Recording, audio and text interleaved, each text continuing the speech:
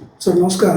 21 तारखेला जुन्नर नगर परिषदेच्या निकालाचा दिवस आहे. त्या दिवशी मतमोजणी होणार आहे. कायदा सुव्यवस्थे संदर्भामध्ये कशा प्रकारचं नियोजन आहे आणि उमेदवारांना कार्यकर्त्यांना काय आव्हान असेल? जुन्नर नगर परिषद सार्वत्रिक निवडणूक 2025 च्या मतमोजणीच्या अनुषंगाने पोलीस प्रशासनाने पूर्ण बंदोबस्त लावलेला आहे.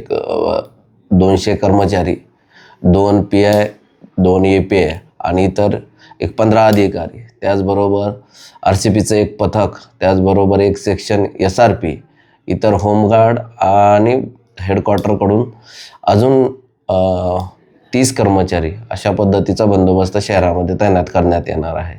निवडणुकीचा निकाल लागल्यानंतर सर्व विजयी उमेदवार आणि या निवडणुकीसाठी उभे राहिलेले सर्व उमेदवारांना माझे एक आव्हान आहे की या संदर्भाने निकाल काहीही लागो, कोणताही कायदा सुव्यवस्थेचा प्रश्न निर्माण होणार नाही.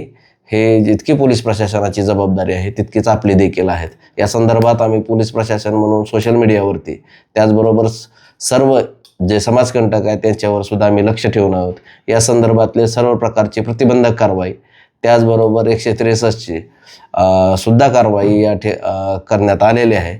तर या संदर्भात परत एकदा मी सर्वांना आवाहन करतो की सदरच्या दिवशी मतमोजणीनंतर कोणत्याही पद्धतीचा कायदा सुव्यवस्थेचा प्रश्न निर्माण होणार नाही, या पद्धतीने आपल्या सगळ्यांची वागणूक असणं गरजेचं आहे.